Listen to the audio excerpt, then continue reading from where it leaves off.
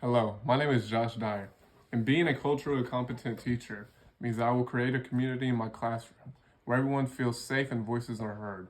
Ideas are valued and we celebrate our diversities. I want to have a classroom where social justice is taught to feel they have an identity in the classroom and that identity is respected. Everyone is treated with equity and has access to resources necessary for them to be successful. Students feel included and a sense of belonging in the classroom. On the cultural competency continuum, I fall in the cultural competence category. I have a commitment to social justice and am mindful of how I value diversity in the classroom. I create an environment where everyone feels included, and I do not judge people based on their race, religion, sexual orientation, or their beliefs. I will participate in culturally responsive professional development to further my understanding of cultural differences and social justice. Areas I need to work on to be culturally proficient are shifting my focus to a more worldview perspective and not stereotyping based off of students' culture, socioeconomic status, race, gender, or religion.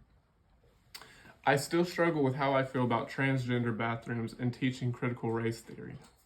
This is partly because of my Christian faith and how I was raised. I treat every student with respect no matter what, but I still do struggle with these particular issues. To get to the next level of cultural competency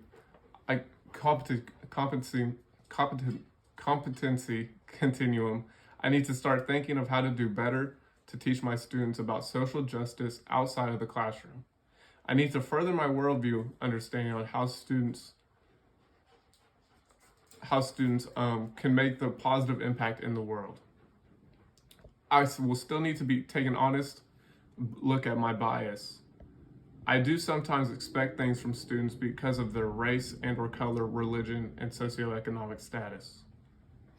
The thing I want to do in my classroom to ensure safety and supportive environment is having morning meetings every day. This will be a meeting that builds community and gives the students the chance to share about themselves and their culture. During this time, we will learn how to respect each other's differences and to use our voices to make a positive change inside and outside the classroom. To further my research, I would like to read the book of Culturally Responsive Conversations by Marina Lee. An article I found to be beneficial on the Educational Week of website called What is Culturally Responsive Teaching? I would like to also look for any professional development that would further my cultural competency. In my future classroom, I will ensure that everyone feels respected and valued by creating a community in my classroom and build positive relations with my students and their families.